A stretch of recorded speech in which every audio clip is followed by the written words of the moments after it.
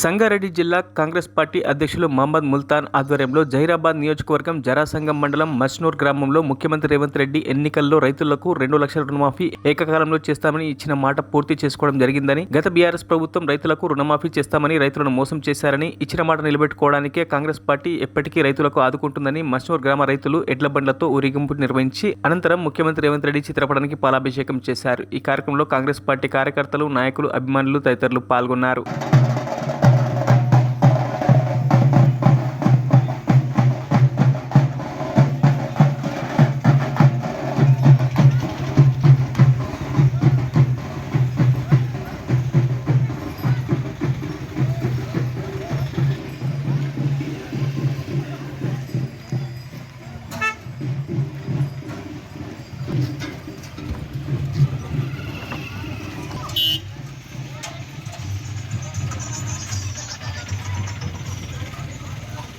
మరిన్ని అప్డేట్స్ కోసం మా ఛానల్ని సబ్స్క్రైబ్ చేయండి.